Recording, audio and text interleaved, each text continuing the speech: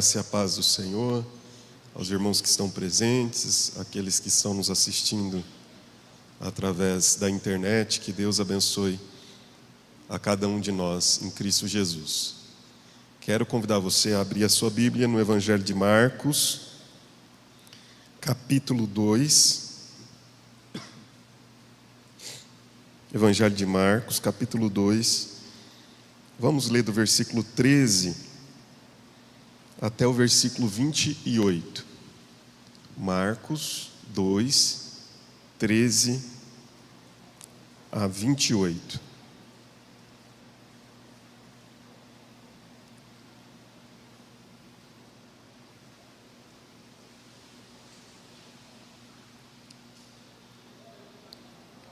Se você tem uma Bíblia, pode acompanhar na Bíblia, acompanhar também no aplicativo do celular, ou simplesmente olhar aí para o telão, para a tela, e você vai ter a projeção também desse texto que nós vamos estudar durante alguns minutos, né?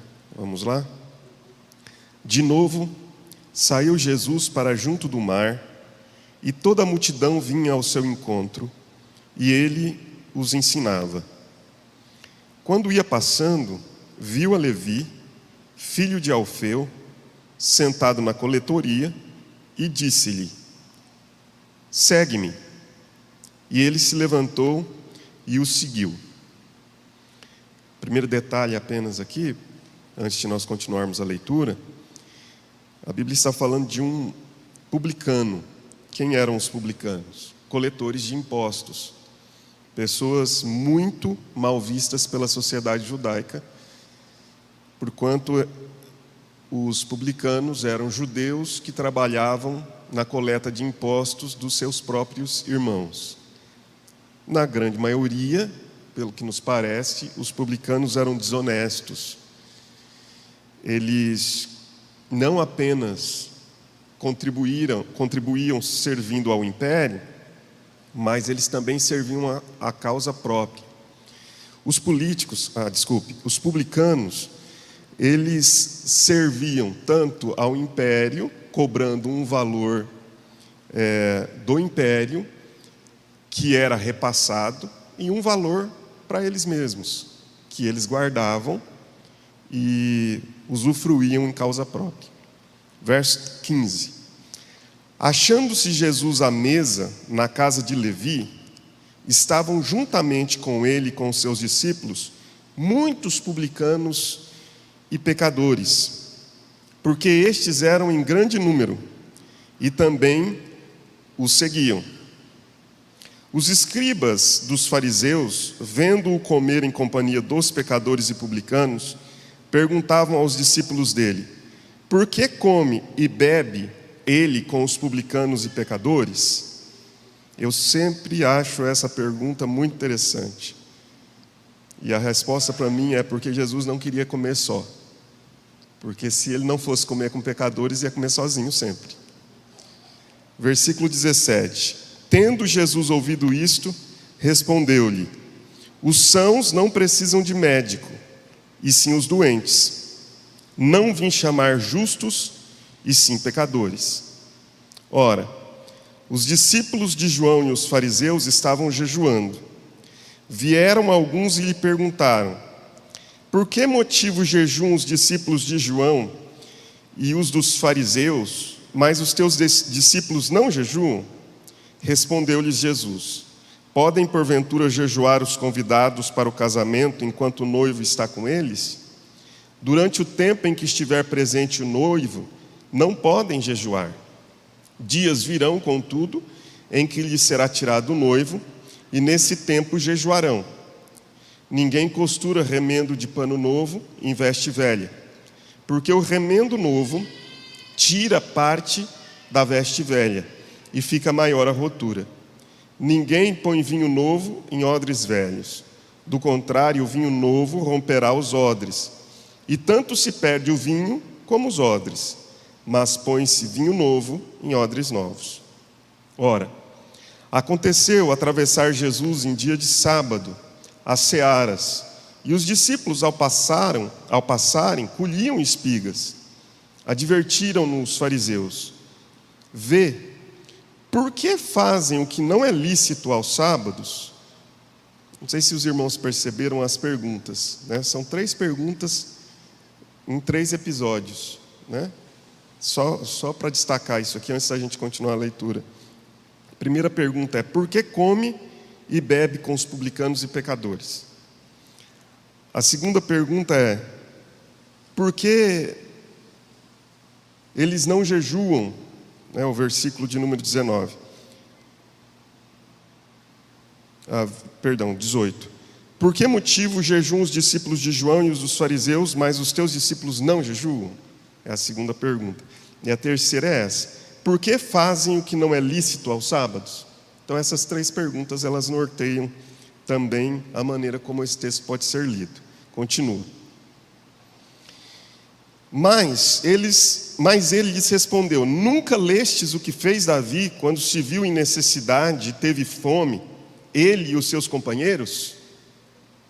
Como entrou na casa de Deus, no templo do sumo sacerdote Abiatar, e comeu os pães da proposição, os quais não é lícito comer senão aos sacerdotes, e deu também aos que estavam com ele, e acrescentou: o sábado foi estabelecido por causa do homem, e não o homem por causa do sábado, de sorte que o Filho do homem é Senhor também do sábado. A religião em debate. Uma das maiores concentrações de textos que nós temos nos evangelhos são chamados de relatos de controvérsia. O que são os relatos de controvérsia? São os relatos em que Jesus está em debate com os religiosos. Isso era muito comum. Você eventualmente vai encontrar Jesus em debates com esses homens que faziam as suas perguntas e queriam que Jesus pudesse responder às suas inquietações. Fariseus e escribas eram pessoas religiosamente muito corretas. Não eram pessoas ruins, não eram pessoas ímpias, porque às vezes quando nós falamos a respeito, parece-nos que nós damos uma ênfase, sempre falamos de um modo muito pejorativo, né? Porque nos evangelhos parece mesmo carregar um pouco dessa pejoratividade, mas os fariseus, os escribas, eram pessoas que, através do esforço, eles tentavam viver de uma maneira bem correta. Eles não eram pessoas ruins, mas talvez já tivessem absorvido valores que eram distorcidos. O Bonhoeffer, ele popularizou um termo, Dietrich Bonhoeffer popularizou um termo chamado cristianismo sem religião. Eu diria que Bonhoeffer é um ideológico, alguém que tem uma ideologia que nasce de um sentimento muito puro. Quando ele fala do cristianismo sem religião, ele está querendo dizer: olha, vamos aí criar uma distinção entre aquilo que é verdadeiramente cristão e aquilo que é apenas manifestação religiosa. E Bonhoeffer desejava e fez isso durante muito tempo nos seus escritos e tudo mais. O Eugene Peterson, no livro A Sombra da Planta Imprevisível, ele falou sobre o fato de que cristianismo e religião são indissociáveis. Então eu acho que o Peterson é mais realista, mais sensato no sentido de tentar lidar com essas questões do modo como elas de fato são. Enquanto o Bonhoeffer tem uma ideologia muito pura, que eu acho bonita, o Peterson tem uma visão mais realista do que de fato é. E como é que nós devemos lidar? Ele diz que cristianismo e religião são coisas indissociáveis. Que o que nós precisamos é não permitir que as estruturas religiosas que ofendem o evangelho da graça sobrepujem a esse evangelho. Ele diz que nós precisamos estar constantemente vigilantes, fiscalizando nossos corações e fiscalizando nossa mente para que nós não nos permitamos ser tomados por valores única e exclusivamente de natureza religiosa, porque isso vai colidir e confrontar com o evangelho da graça de Cristo Jesus. E me parece muito correta essa visão do Peterson, que de fato nós podemos sucumbir aos valores da religião. Por que os evangelhos, quase que de uma maneira absoluta, nos chama a atenção para esse modo de viver religioso que os fariseus possuíam? E por que Jesus está em constante controvérsia com eles? Há um capítulo, inclusive, Mateus capítulo 23, em que nós temos um relato exaustivo a respeito do modo como Jesus pensa, do modo como Jesus vê o comportamento, a vida e a essência desses homens, os fariseus, os escribas e aqueles que de alguma maneira viviam a partir da religião. Então, o que eu gostaria de nessa manhã compartilhar com os irmãos é que o nosso coração do ser humano, inclusive daqueles que negam a religião, é um coração religioso. Por quê? Porque me parece que todas as culturas, em todas as épocas, acabam por construir símbolos, ritos, significados, cultos e estruturas simbólicas daquilo que nós chamamos de sagrado, de religioso. Me parece que faz parte da nossa estrutura. Por mais que a gente queira negar, nós estamos embebidos dessas questões dentro da nossa própria cultura. É o ateu que agradece o seu ateísmo graças a Deus. É a pessoa que está sempre colidindo com a religião, mas quando o chinelo está virado diz: Deus me livre, deixa eu colocar esse chinelo aqui do lado certo, porque senão o pai e mãe morrem. Já ouviram essa, né? Chinelo virado assim, o pai vai morrer, a mãe vai morrer. Ou seja, nós estamos tomados, embebidos de uma cultura religiosa, supersticiosa, e às vezes nós queremos negar isso. E querendo ou não, quando nós falamos do cristianismo ou quaisquer outras expressões religiosas, nós estaremos lidando, sim, com essas estruturas.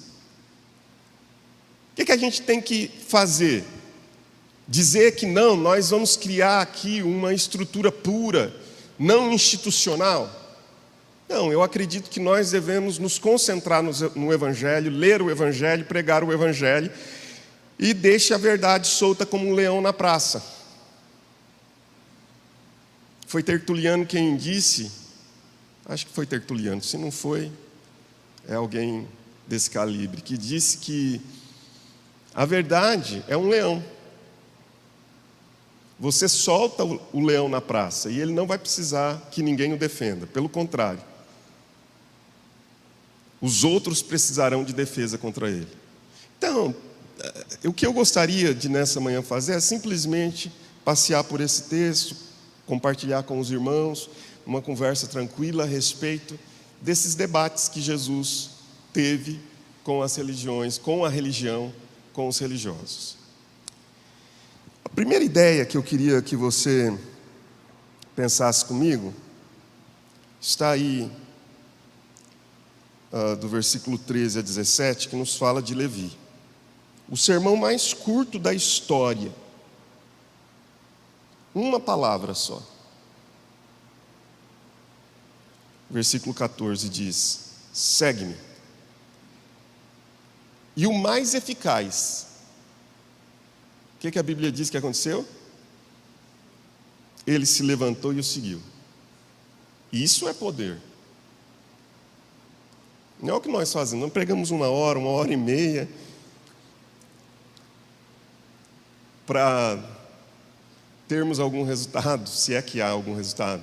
Jesus disse uma palavra, e foi o sermão mais efetivo da história, mais eficaz da história. Jesus disse: segue-me. O homem se levantou e o seguiu. E a Bíblia diz que Jesus vai para a casa de Levi, se assenta à mesa, e então tem um tempo com ele, junto com os discípulos. E a Bíblia diz que outros publicanos vieram para a casa de Levi. Muita gente se reuniu ali, grande número de pessoas que estavam seguindo, fizeram uma festa na casa de Levi. Só que os escribas e fariseus estavam vendo aquilo de longe, e a Bíblia diz que eles fazem a pergunta: por que come e bebe ele com os publicanos e pecadores? Quando Jesus ouve isso, ele diz: olha, eu faço isso porque essa é a minha missão. Os sãos não precisam de médico. Quem precisa de médico são os doentes. Eu não vim chamar quem pretensiosamente ou supostamente se acha justo, mas eu vim chamar pecadores ao arrependimento. É essa a proposta. O propósito do que eu vim fazer aqui é esse. Primeira lição que eu gostaria de deixar muito simples para nós pensarmos, para eu pensar. A religião tem o enorme poder de nos levar a acharmos que nós somos superiores moral e espiritualmente. Eu vou repetir. A religião tem o enorme poder de nos levar a acharmos que porque somos religiosos, de que porque cumprimos alguns ritos, usamos alguns símbolos, praticamos alguns atos, exercitamos algum tipo de espiritualidade, do porquê fazemos isso, nos levar a acharmos que somos superiores moral e espiritualmente. A religião, ela tem uma tendência a isolar e levar as pessoas a se distanciar de outros que precisam da nossa aceitação e compaixão. Não raras vezes, pessoas têm conversões reais a Jesus. Não estou falando de conversão a uma religião, não, a Cristo Jesus, ao Deus verdadeiro, àquele que de fato redime a nossa alma e que dá significado para a nossa vida, Jesus. Só que caminham um tempo e logo vão se intoxicando com discursos religiosos e se afastam da família, por exemplo.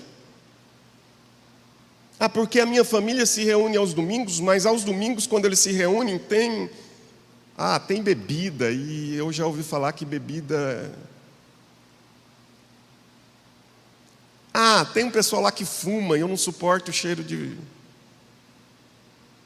eles dançam, eles... tem uma música alta. E aí, nós, ou estes, vão se afastando, se isolando, em nome de um discurso tóxico religioso. E acham que isso é santidade. Por que eu estou dizendo isso? Estou dizendo isso porque muitas vezes isso já esteve dentro da minha cabeça e do meu coração. De que esse afastamento é um afastamento santo.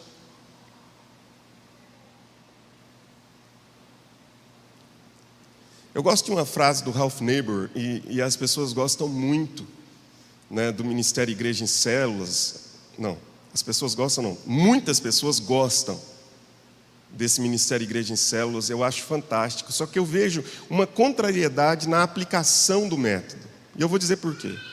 Ralph Neighbor tem uma frase fantástica. Ele diz assim, olha: se você quer pregar de fato o Evangelho de Jesus Cristo, vá até a célula dos desesperados. Aí ele diz assim, que a célula dos desesperados é a mesa do bar.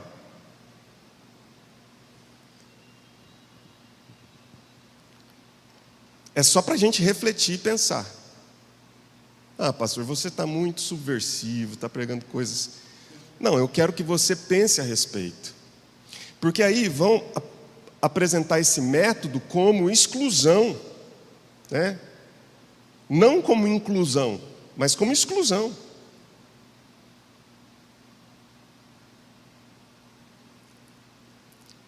Quer ver um outro exemplo, queridos, que acontece muito e acontece, eu estou aqui pregando a partir das minhas crises e necessidades também. A gente tende a perguntar assim, ó, por que eu estou passando e sofrendo o que eu estou sofrendo? Só que essa pergunta tem um pressuposto. A gente não fala, mas a gente pensa. Se eu sou cristão, se eu vou à igreja, se eu dou o dízimo, se eu cumpro os ritos, os protocolos, se a pergunta fosse simplesmente por que eu estou sofrendo o que estou sofrendo, tudo bem. Mas quando você faz essa pergunta, tem um pressuposto que não é dito, que é: eu sou religioso. Como é que eu posso estar sofrendo o que eu estou sofrendo? Espera. Se a religião te faz melhor, moral e espiritualmente, você está completamente equivocado. E eu gosto muito da resposta que J.I. Packer dá a essa questão, quando ele diz assim que a pergunta não é por que sofro, a pergunta é por que não sofro mais? Porque todos pecaram. E se todos pecaram, todos deveriam sofrer muito. Entretanto, somos, pela graça de Deus, preservados.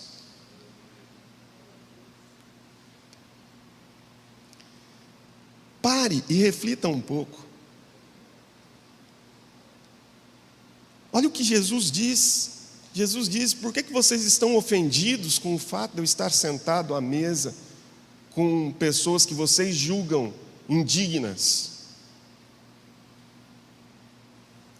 Por que vocês estão se sentindo ofendidos pelo fato de eu estar aqui me alimentando com eles e tendo um tempo com eles, com pessoas que vocês julgam ser culpáveis?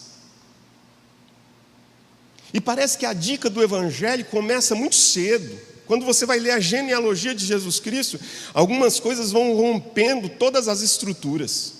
Para quê? Para já nos desafiar a pensarmos com mais abertura a isso. Por exemplo, no Evangelho de Mateus, quando você vai ler a genealogia de Jesus, tem uma coisa que não tem nas genealogias do Antigo Testamento. Alguém se arrisca a dizer o quê?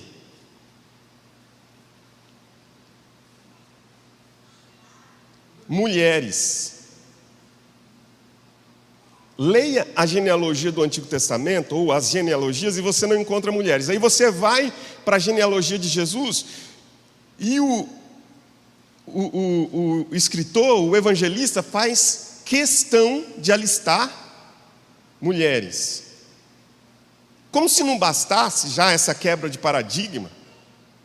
Por quê? Porque um bom judeu ortodoxo, dentro daqueles padrões bem religiosos, diria assim: eu dou graças a Deus de não ter nascido cachorro, samaritano ou mulher. Aí você vai para a genealogia de Jesus e faz questão de ter mulheres. Como se não bastasse, quem são as mulheres que estão na genealogia de Jesus? Já parou para pensar nisso? Tamar, que de Judá gerou Pérez. Aí você diz assim: casalzinho perfeito. Judá, Tamar e Pérez. Perfeito se Judá não fosse sogro de Tamar. Quem é a outra que está na genealogia de Jesus? Raabe. Quem é Raabe? A gente diria: olha, não fica muito perto de Raabe, minha filha. Né? Você tem uma filha e diz: não fique muito perto de Raabe. Por quê? Quem é Raabe? Uma prostituta que esconde os espias que vão até Jericó. Não vamos contar a história aqui, mas...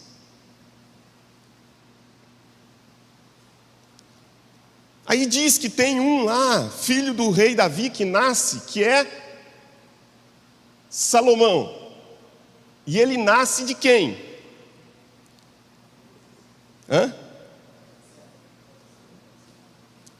Batseba, a que fora a mulher de Urias. Para dizer assim, Davi teve um caso com essa mulher e nasceu o grande rei Salomão. Aí você vai e diz assim, não, mas tem uma que salva. Quem é? Ruth? Quem é Ruth? Moabita. Não era da terra de Judá. Será que o Evangelho não está dando pistas muito claras para nós, para dizer assim, você não é melhor que ninguém? Desça do salto. Olhe ao redor e perceba que nós viemos do mesmo lugar. Viemos do humus, da terra. E isso deveria gerar em nós humildade, se viemos do humus. Segunda lição que eu queria deixar com você, é a lição que parte do verso 18 em diante. Vamos ler de novo, diz assim: Ora, os discípulos de João e os fariseus estavam jejuando. Vieram alguns e lhe perguntaram, por que motivo jejuam os discípulos de João e os dos fariseus, mas os teus discípulos não jejuam? Respondeu-lhe Jesus, podem porventura jejuar os convidados para o casamento enquanto o noivo está com eles? Em outras palavras, Jesus está dizendo, é tempo de celebração, e para que jejuar? Se jejum é uma expressão de contrição.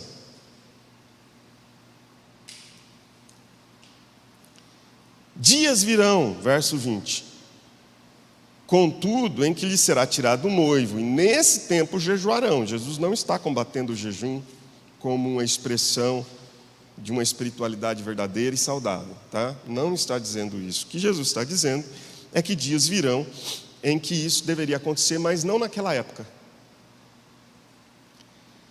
E aí ele aplica isso com uma ilustração. Jesus diz, ninguém costura remendo de pano novo em veste velha. Porque se você costura um remendo de pano novo numa veste que está velha, na primeira lavada, aquele remendo pode perder a sua elasticidade e pode causar uma sutura, um rasgo maior no pano que já está enfraquecido, que é velho. Fica maior a rotura, diz Jesus. Ninguém põe vinho novo em odres que já estão velhos, que já estão elásticos, que já foram usados. Do contrário, o vinho vai romper os odres, e aí você perde o vinho como perde o odre. Tudo é perdido. Mas a gente põe vinho novo em odres novos. Segunda lição que eu queria trazer para os irmãos pensarem, já que a religião está em debate. Não nosso aqui, mas de Jesus com aqueles. É que Jesus está nos ensinando que a religião tende a criar estruturas enrijecidas, pesadas, que impedem a celebração.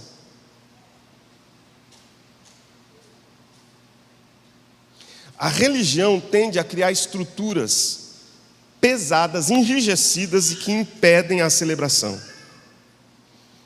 Os discípulos estão sendo questionados sobre o jejum e Jesus foi acusado de beberrão e glutão.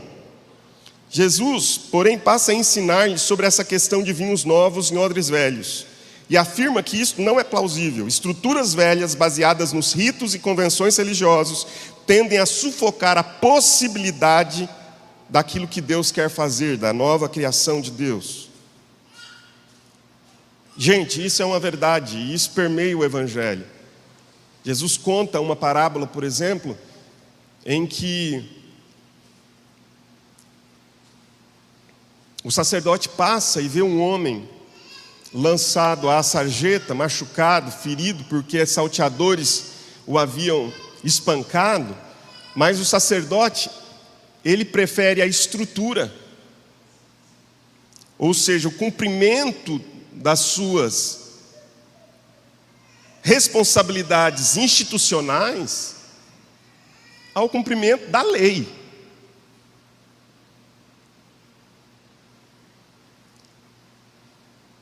E é uma pessoa não religiosa que vai cumprir de fato aquilo que é o desejo do coração de Deus, que era o socorro àquele que estava desvalido e à sarjeta. Por quê? Porque as estruturas vão se tornando tão pesadas, tão enrijecidas, tão difíceis da gente lidar com elas, onde nós preferimos a estrutura do que pessoas. Nós preferimos o cumprimento dos ritos e dos protocolos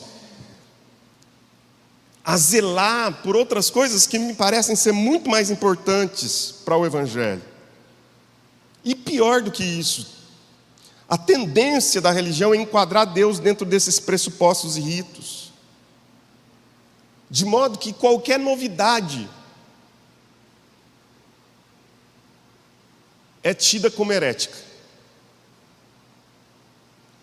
Novidade no sentido assim, qualquer coisa que a gente queira fazer que seja um pouco diferente, já compromete completamente a nossa estrutura, o protocolo. Tem uma igreja, se não me engano, em Curitiba, que ela tem um culto muito legal, muito alternativo. Eles começam o culto, o pessoal chega para o culto, aí tem as canções, tem o momento inicial da adoração, todo mundo celebra, e aí eles dão uma pausa no culto, porque eles vão fazer um lanche. Aí o pessoal faz o lanche, depois que terminou o lanche, o pastor chama o pessoal de novo, o pessoal entra, senta e ele prega.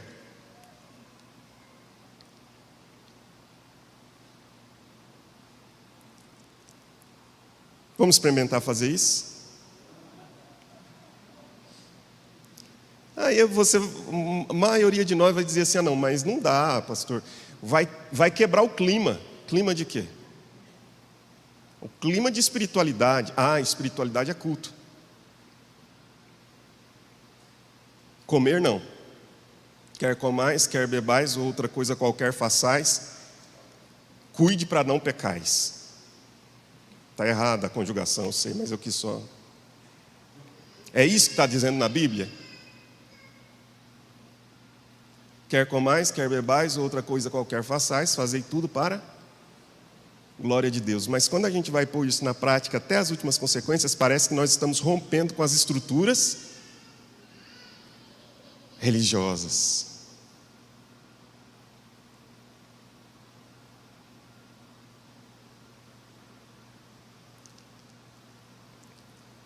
Irmãos, nós precisamos ter espaço para fazer uma confraternização.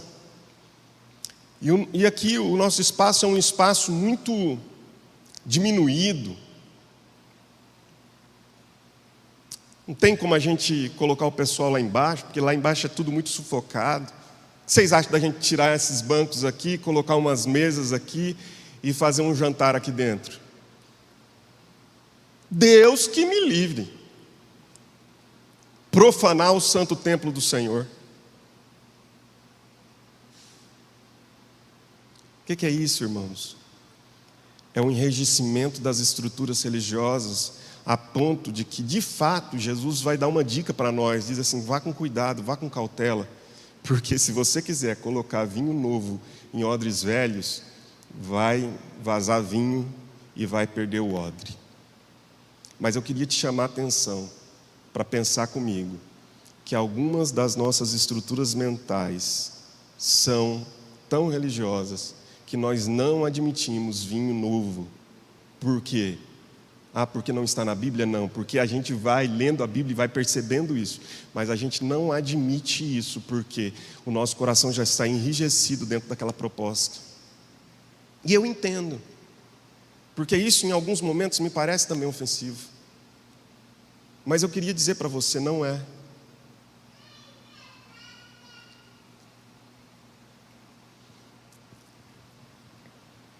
E por fim, o versículo de número 23, até o verso 28, nos diz assim, ora, aconteceu atravessar Jesus em dia de sábado as searas, e os discípulos, ao passarem, colhiam espigas. Advertiram-no os fariseus porque fazem o que não é lícito aos sábados. Pergunta deles, né? Terceira pergunta. Por que fazem o que não é lícito aos sábados? Mas ele lhes respondeu: nunca lestes o que fez Davi quando se viu em necessidade e teve fome, ele e os seus companheiros? Como entrou na casa de Deus, no templo do sumo sacerdote Abiatar, e comeu os pães da proposição. É muito interessante aqui, só uma pausa. Porque se você for ler o relato lá de 1 Samuel capítulo 21, que fala a respeito desse momento aqui, onde Davi permite que os guerreiros entrem no templo, comam dos pães da proposição, o sumo sacerdote é Aimeleque. Abiatar, ele vai se tornar sumo sacerdote um pouco depois, porque Saul vai matar Aimeleque e todos os sacerdotes de Nob. E aí Abiatar, que é um descendente de Aimeleque, um filho de Aimeleque, vai assumir.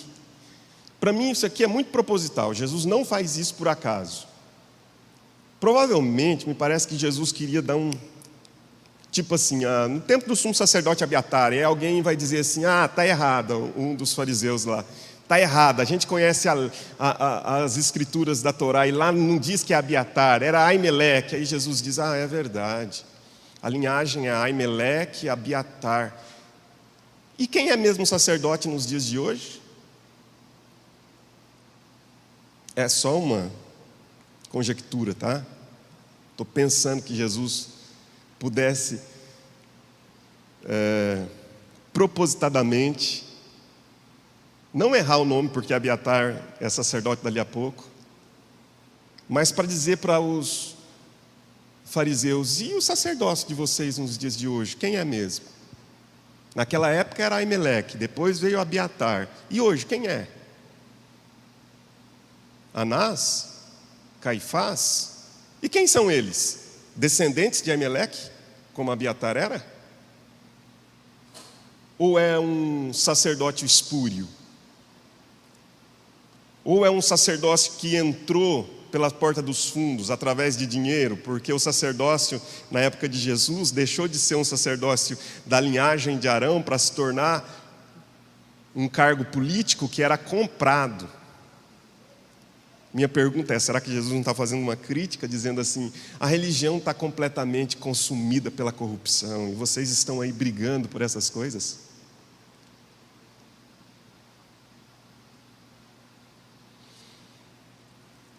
E comeu os pães da proposição, os quais não é lícito comer, senão aos sacerdotes. Levítico vai dizer isso, eram os sacerdotes que podiam comer num lugar santo. E deu também aos que estavam com ele. Jesus vai pegar duas coisas. Jesus vai dizer: vocês estão brigando aí pelo sábado, mas Davi, no sábado, rompeu com todas essas estruturas e símbolos que vocês acham absolutamente sacrais, que não podem ser movidas. Ele entrou no sábado, no templo, e comeu no lugar santo os pães da proposição. E esse Davi, que era homem pecador até o último, foi considerado segundo o coração de Deus. Aí Jesus diz assim: é porque vocês não entenderam o princípio por detrás do sábado.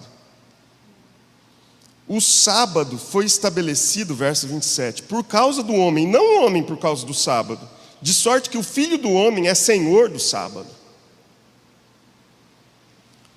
Terceira lição, irmãos. A religião valoriza mais rituais que pessoas.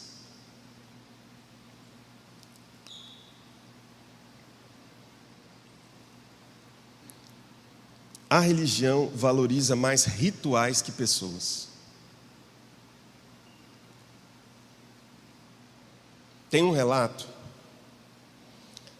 ainda no Evangelho de Marcos, no capítulo 7, que é muito interessante, onde Jesus diz assim: olha, vocês acabam invalidando, irmãos, prestem atenção nisso, por favor. Nós acabamos invalidando a palavra de Deus em nome das nossas tradições. Ou melhor, em nome dos nossos tradicionalismos.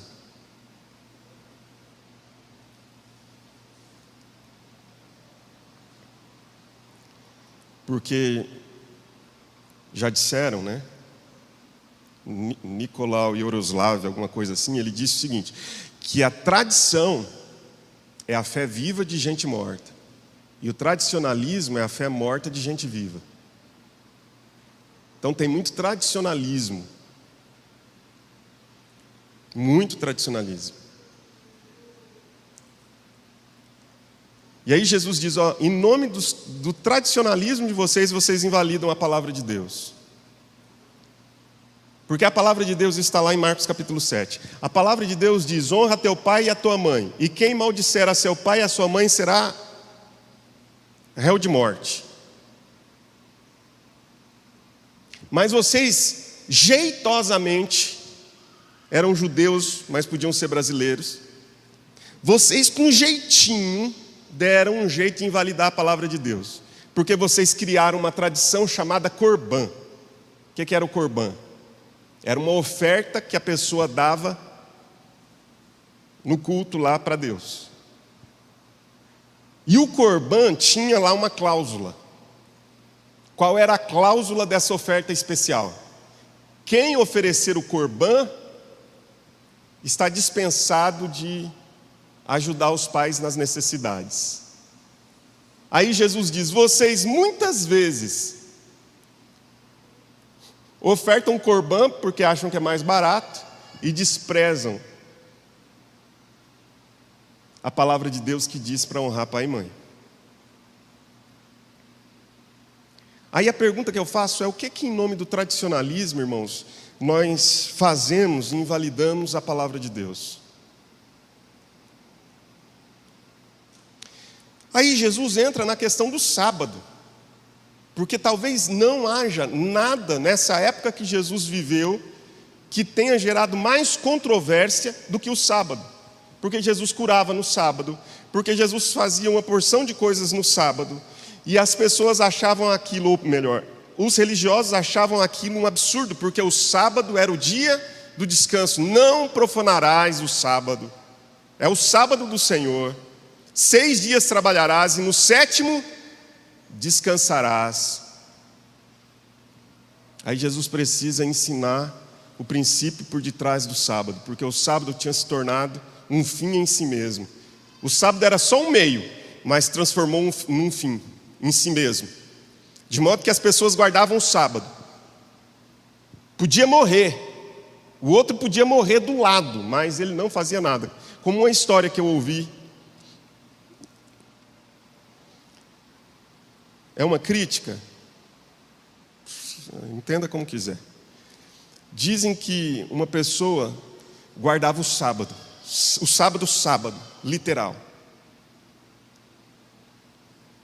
E uma pessoa que lhe devia uma quantia em dinheiro sabia que ele guardava o sábado. E essa pessoa, todo sábado ia lá para pagá-lo. E ele guardava o sábado, ele não podia fazer nada no sábado. Aí chegava lá para pagar, e falou, não, você não pode voltar amanhã? Amanhã não dá. E aí ele voltava no outro sábado, Até que um dia o cara se encheu dele vir sempre no sábado, ele chegou lá e falou assim, estou aqui para te pagar. Aí ele falou assim, bom, eu guardo o sábado, mas meu bolso não, coloca aqui. Então nós vamos criando jeitosamente um jeito para... O que eu estou querendo dizer, irmãos, é que Jesus está ensinando um princípio no sábado. Jesus está dizendo, olha, o sábado agora vai ser uma bandeira que vocês vão levantar. Deixa eu falar um pouquinho do sábado, porque isso aqui é importante. Para mim, pelo menos é. O que o sábado significa? Primeiro, o sábado significa a quebra do ciclo da ganância humana. O sábado não significa um dia especial, santo, em que você não pode fazer nada. O sábado, em primeiro lugar, significa a quebra do ciclo da ganância humana. Numa sociedade em que as pessoas consideravam o lucro A coisa mais importante, Deus afirma que existem coisas que não podem ser desconsideradas. Por que que o sábado é instituído? Você lembra quando o sábado é instituído?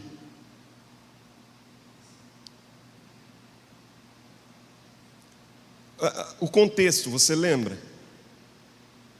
É logo após a saída do povo do quê?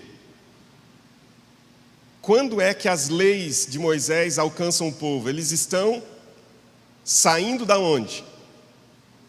Do Egito. 400 anos de escravidão. Você lembra que quando Moisés foi lá e disse assim para o faraó: Faraó, deixa sair o povo de Deus. Deus está mandando você deixar eles saírem porque eles vão celebrar a Deus um culto no deserto. O que que o faraó diz? Primeira coisa que o faraó diz quando Moisés vai pela primeira vez dizer isso para eles. Lembram? Texto. O faraó diz assim: esse povo está muito folgado. Eles não estão trabalhando o suficiente. Chama os capatazes lá e diz para eles assim: olha, vocês agora não precisam mais dar obra-prima para esse povo. Eles vão ter de produzir o mesmo tanto de tijolos, eles faziam tijolos, vão ter de produzir o mesmo tanto de tijolos do tempo em que eles recebiam a matéria-prima, só que agora tem um agravante, e eles vão ter de produzir a sua própria matéria. Porque eles estão muito ociosos, e é porque eles estão ociosos que eles estão com essas ideias na cabeça aí de sair aqui do Egito. O povo de Israel viveu 400 anos debaixo dessa tortura, entendendo que eles não podiam parar sequer um minuto. O que que o sábado significava? O sábado significava romper com as estruturas velhas do Egito e dizer para esse povo: olha, tem uma cultura que é uma cultura diferente dessa cultura escravagista, que é uma cultura diferente dessa cultura consumista, que é uma cultura diferente dessa cultura gananciosa, onde as pessoas não podem parar sequer um dia. Por quê? Porque quem rege a vida delas é o Deus papel moeda. Então eu estou dizendo para vocês, é suficiente trabalhar 6 dias e no 7º descansar. Por quê? Porque esse dia será também, entre outras coisas, a quebra do ciclo dessa ganância humana, consumista, escravagista, torturante, que faz do homem refém.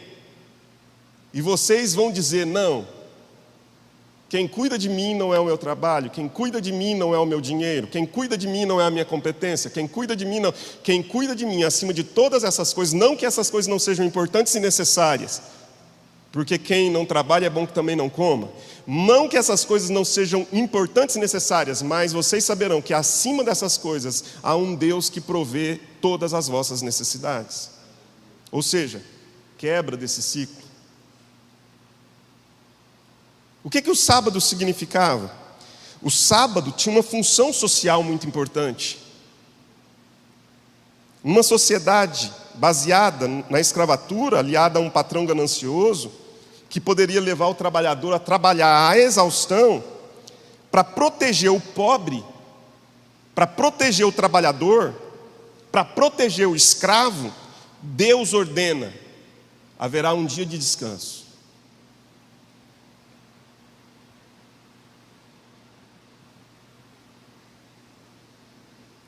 Está na Bíblia, não sou eu que estou dizendo isso.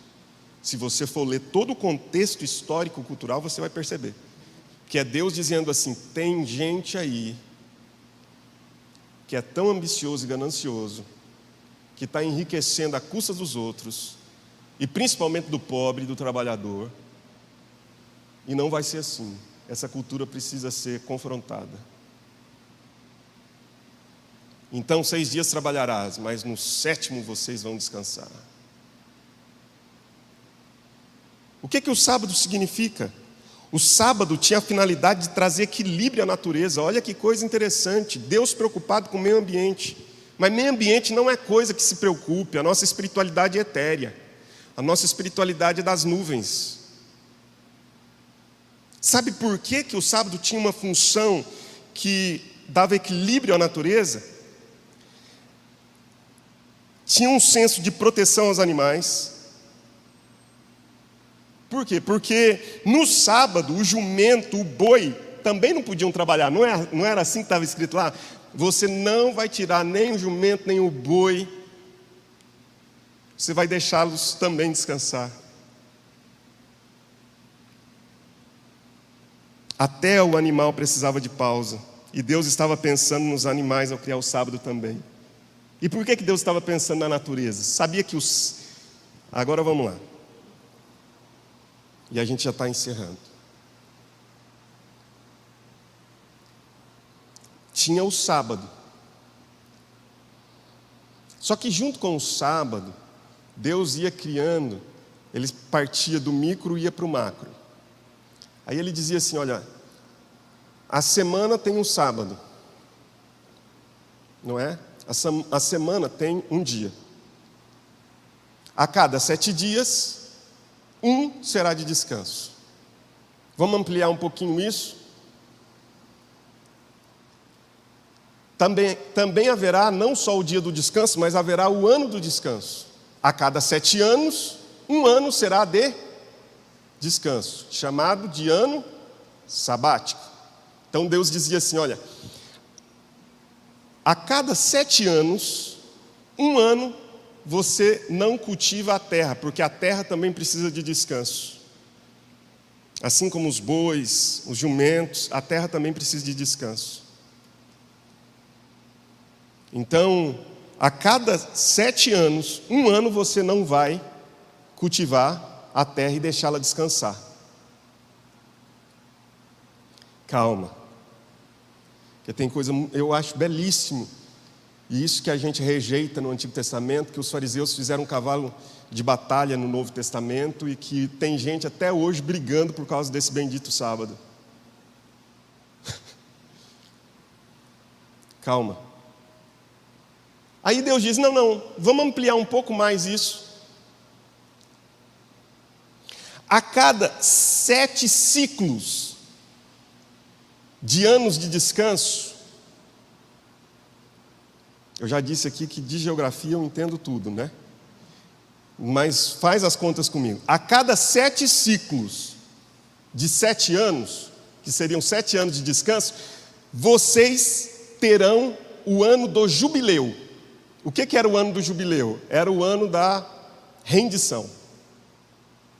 Quem tinha sido vendido escravo voltava a ter liberdade, não voltava a ter liberdade simplesmente para ter liberdade, voltava a ter liberdade com terra. As terras que tinham sido vendidas por causa de dívida voltavam para o ex-patrão ou para o ex-proprietário, e as coisas iam entrando novamente no eixo, e Deus fazia com que a sociedade se equilibrasse, igualzinha a nossa.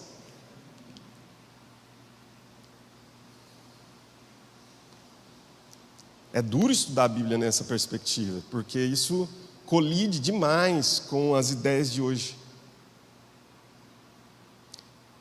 Tá, beleza. Só que se você fizer as contas, tem um negócio aí que o sábado significa, acima de tudo isso que eu disse, tem isso, ó, presta atenção.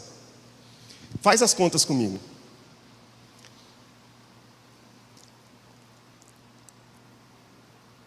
O ano do descanso,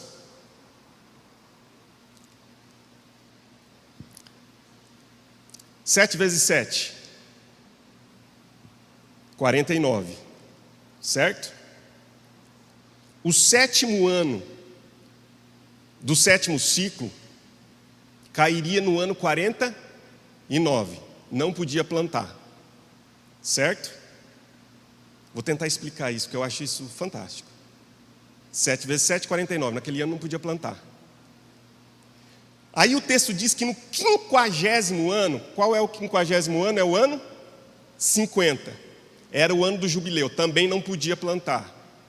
Já tem quantos anos sem plantar? 2 anos. E o que vai acontecer com quem não planta? Um povo agropastoril. Vai ficar? Então, abra a sua Bíblia, por favor, e a gente vai encerrar com isso. Em Levítico. Juliana, se você quiser projetar aí para nós, Levítico capítulo 23. 5.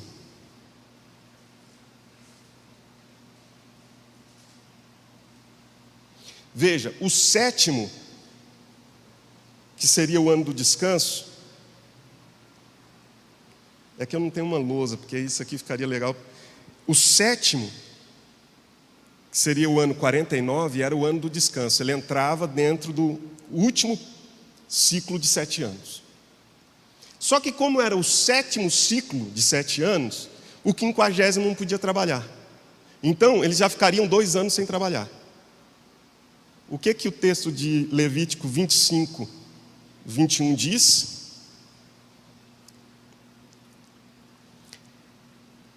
Então eu vos darei a minha bênção em que ano?